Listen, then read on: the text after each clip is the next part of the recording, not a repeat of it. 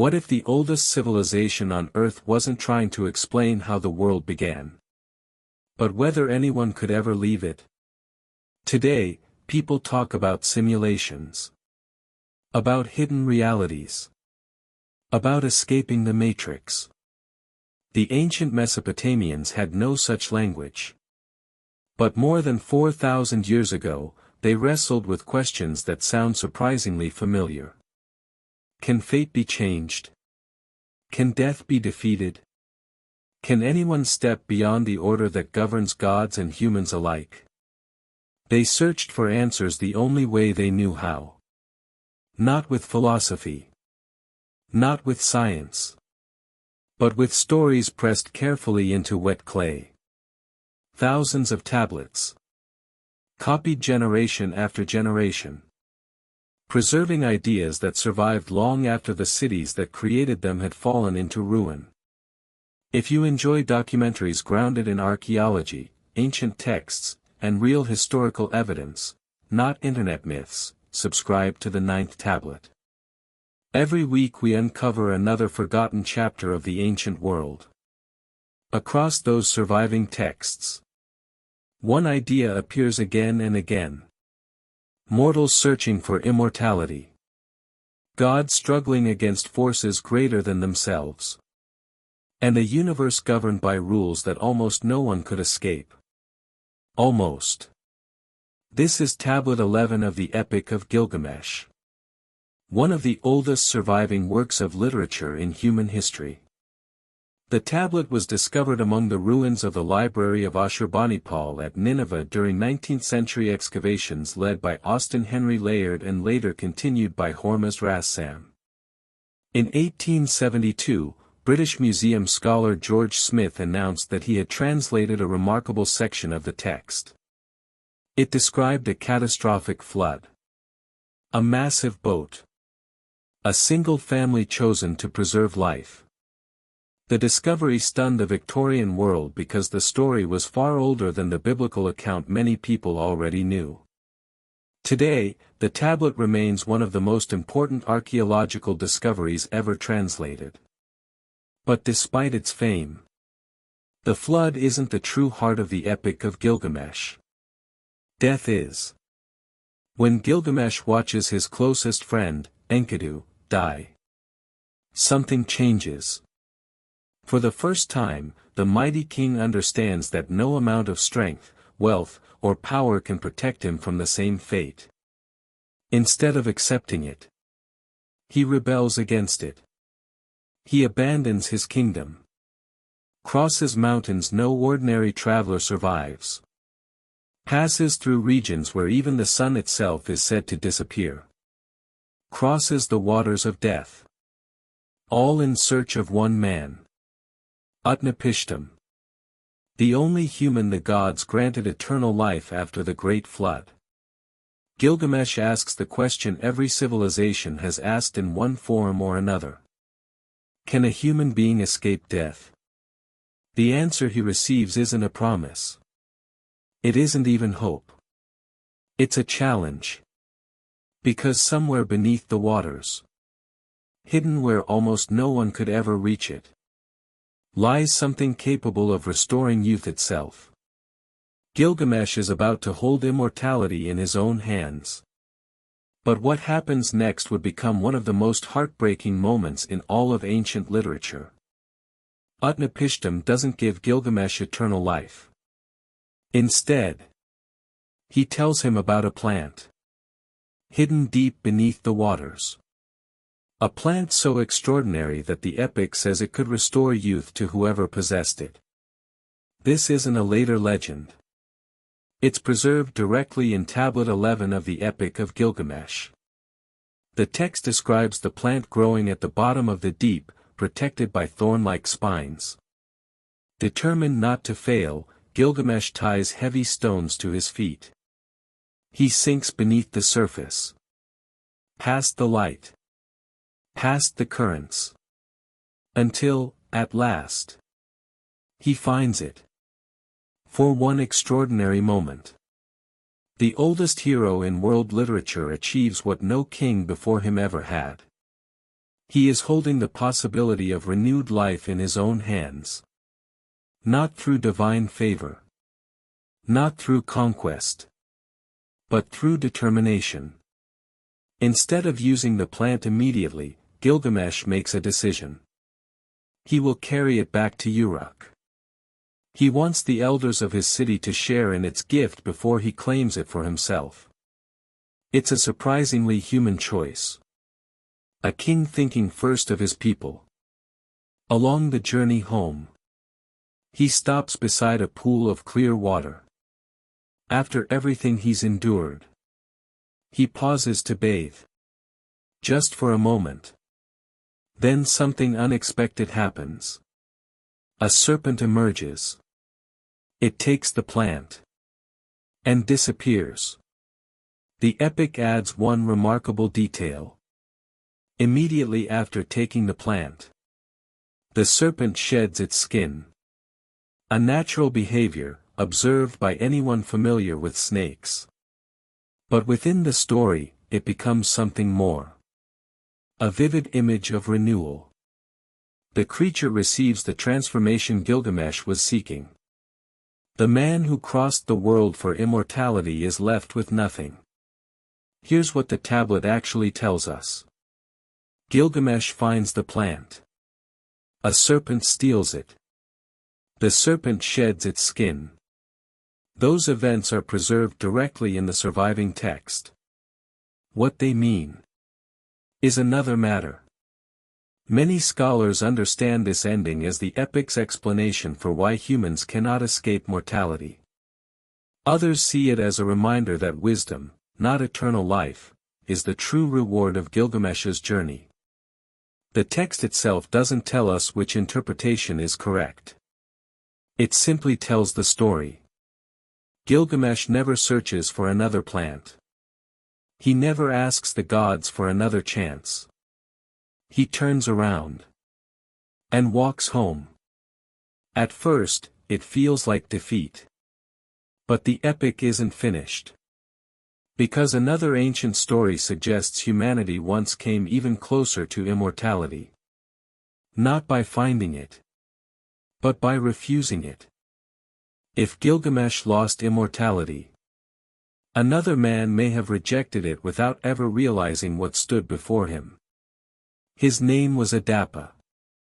And unlike Gilgamesh, he was invited into the presence of the gods themselves.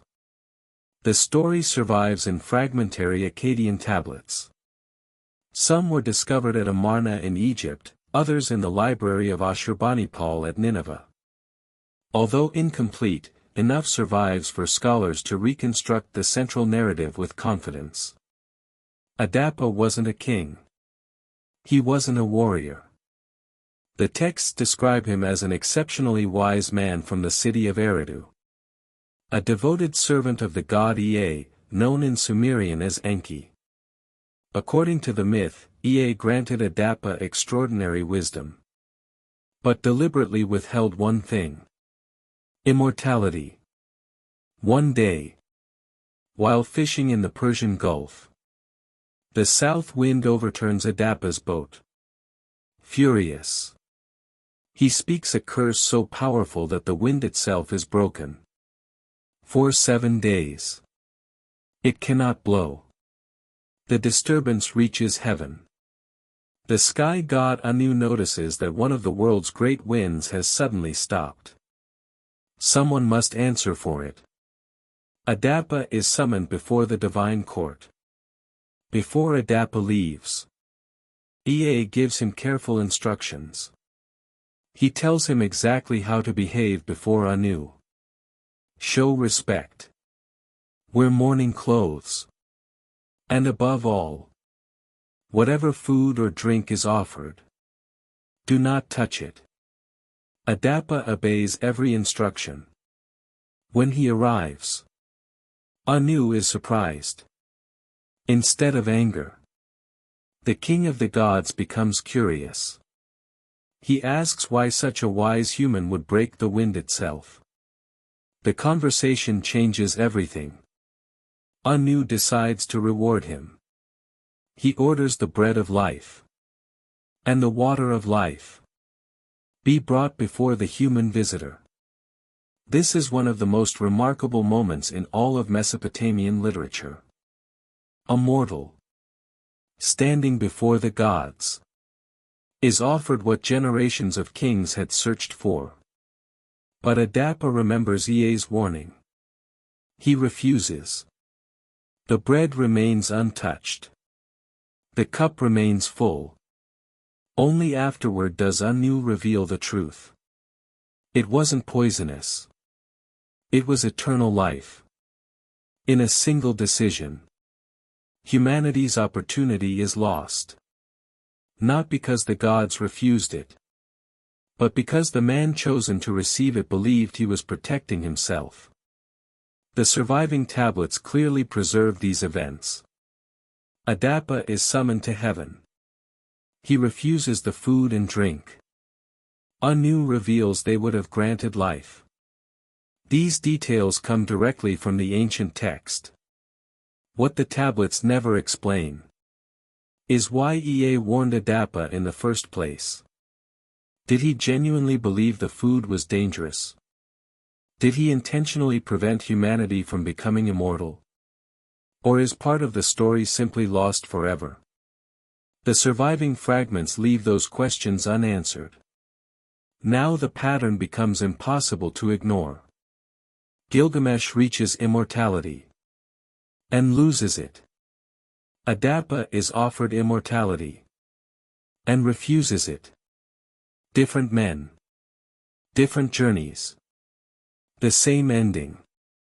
It almost feels as though something in the universe itself is pushing humanity away from eternal life. But then another group of Mesopotamian texts introduces an even stranger possibility. What if even the gods weren't completely in control? The more you read Mesopotamian literature, the stranger it becomes. Because these texts contain something almost unimaginable. An object that even the gods could not ignore. They were called the Tablets of Destiny. And according to Babylonian mythology, whoever possessed them held authority over the order of the universe itself. Not over a kingdom. Not over a city. Over fate. The Tablets of Destiny appear in several Mesopotamian myths. Most famously in the Enuma Elish, the Babylonian creation epic.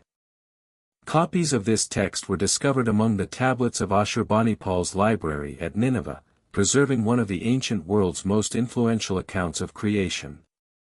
In the story, the primordial goddess Tiamat raises an army against the younger gods. She appoints her champion, Kingu, and places the Tablets of Destiny in his possession. The gesture is significant. By giving him the tablets, she gives him legitimate authority over the coming conflict. The object doesn't simply symbolize power within the narrative. It grants it. The battle that follows is one of the defining moments in Mesopotamian mythology. Marduk defeats Tiamat. Kingu is captured. And the Tablets of Destiny are taken from him. Only then is Marduk recognized as supreme among the gods. His kingship isn't complete until he possesses the tablets. But that's not the only story. Another ancient composition, the Anzu myth, describes something even more remarkable. A divine creature named Anzu steals the Tablets of Destiny directly from Enlil. The consequences are immediate. The gods lose control. Cosmic order begins to unravel. No one knows how to restore it. Not because they lack strength, but because authority itself has been stolen. Only after the warrior god Ninurta defeats Anzu and recovers the tablets is order restored. The message is difficult to miss. Even divine beings depend on something outside themselves. These stories survive in genuine Mesopotamian texts. The Tablets of Destiny. Kingu. Anzu. Ninurta. All are preserved in copies studied for generations by Assyriologists. What the tablets of destiny actually represent is where interpretation begins. Most scholars understand them as the embodiment of divine authority and cosmic order. Not magical technology. Not a literal operating system for reality. But a narrative way of expressing an extraordinary idea.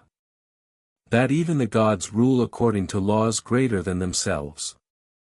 It's a sophisticated concept. Power doesn't exist because someone claims it. Power exists because legitimacy is recognized. And legitimacy can be lost. Think about what that means. Gilgamesh couldn't conquer death. Adapa couldn't recognize immortality when it stood before him.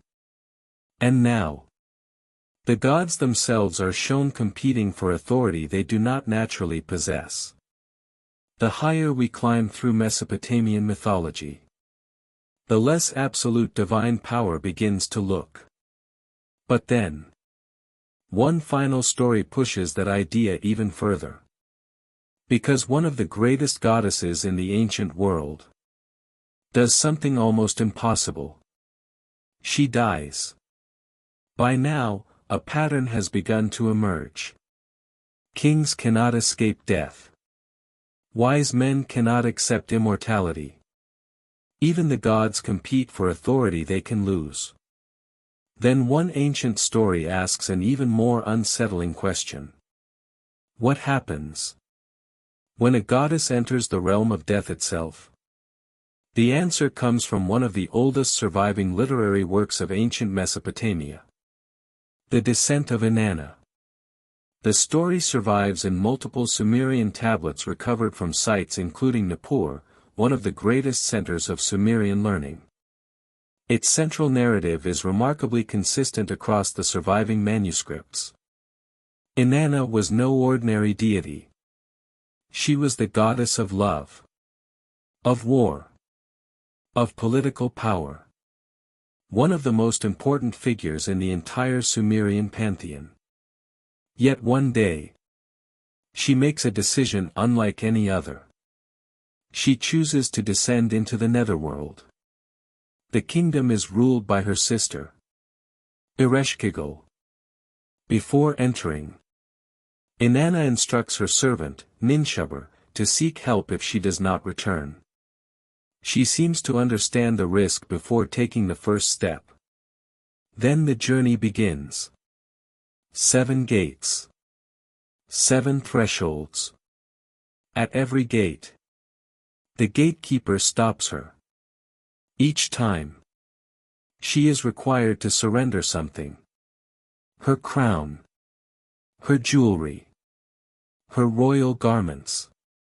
Her symbols of authority. With every gate she passes, she becomes less powerful, less divine, less protected.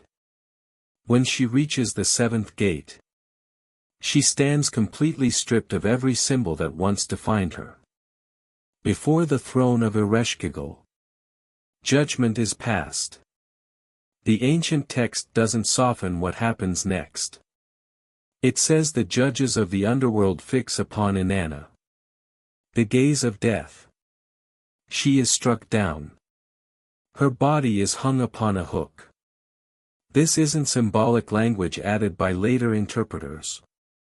Within the story, Inanna dies.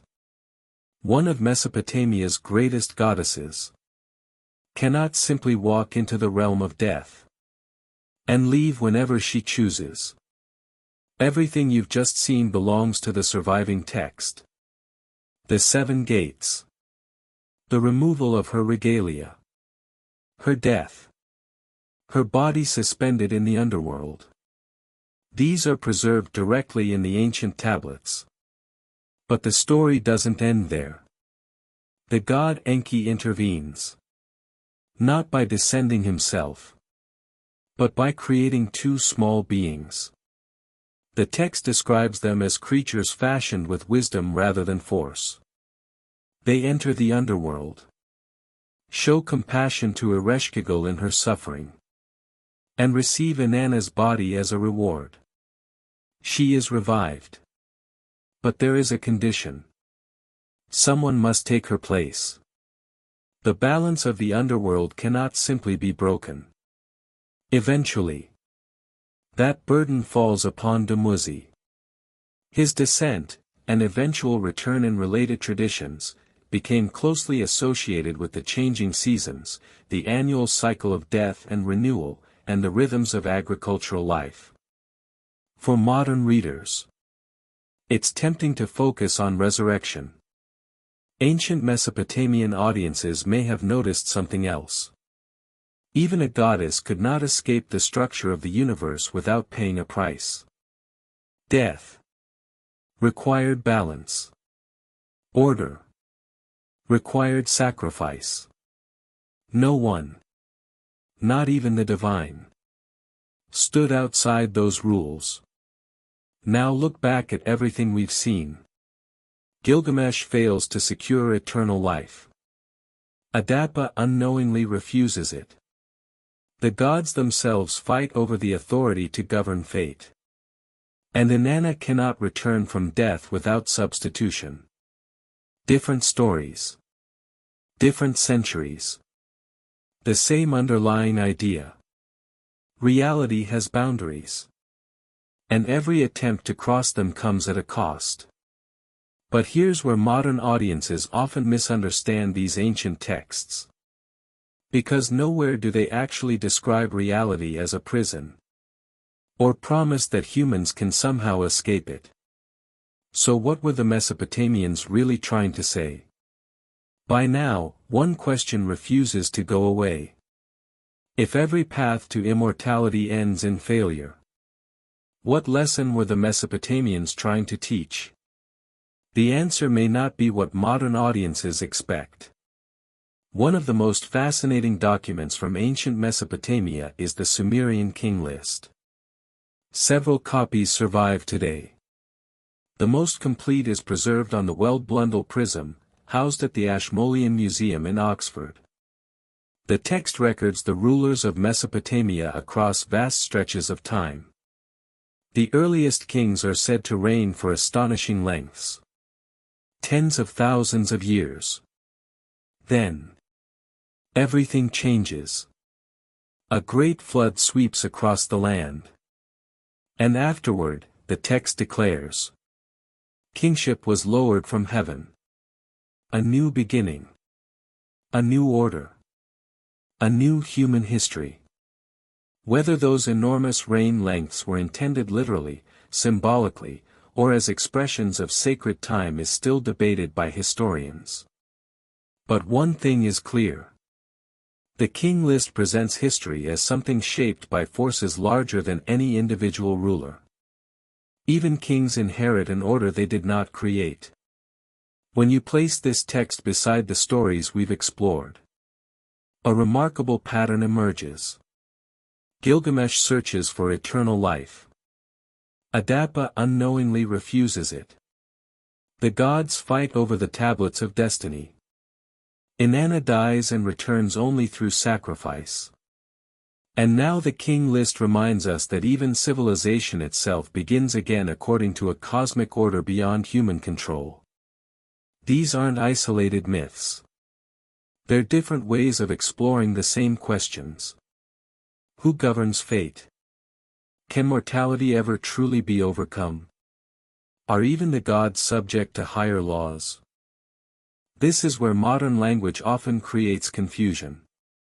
Today, people speak about simulations, the matrix, hidden codes, secret exits from reality itself. It's tempting to project those ideas backward onto ancient Mesopotamia. But the surviving evidence doesn't support that conclusion. No known Mesopotamian tablet claims that humans live inside a simulation. No surviving text says reality is artificial. No ancient source teaches that human beings can literally escape existence while even the gods remain trapped. Those are modern interpretations. not ancient ones. What the Mesopotamian texts actually preserve is something far more profound. A civilization wrestling with mortality. With justice. With suffering. With divine power. And with the uncomfortable possibility that even the gods operate within a universe governed by order rather than unlimited freedom. That idea alone was revolutionary. When Gilgamesh finally returns home, he doesn't discover immortality. He looks instead at the walls of Uruk. The city he built. The achievement that will remain after he's gone. Many scholars see this as the epic's true conclusion. Not that humans can escape death. But that meaning survives through memory. Through civilization. And through the stories we leave behind. For 4,000 years. These tablets have endured. Empires collapsed. Languages disappeared. Kingdoms became dust. Yet the questions remained. Perhaps that, more than anything else, is what has truly escaped time. If you've enjoyed this investigation, subscribe to the 9th tablet for more documentaries grounded in real archaeological evidence and ancient texts. If this story made you see Mesopotamian history differently, leave a like, and tell us in the comments, which ancient story do you think asks the deepest question about human existence? Because one final realization ties every one of these stories together. And it's not about escaping reality. It's about understanding what the ancient world believed reality actually was.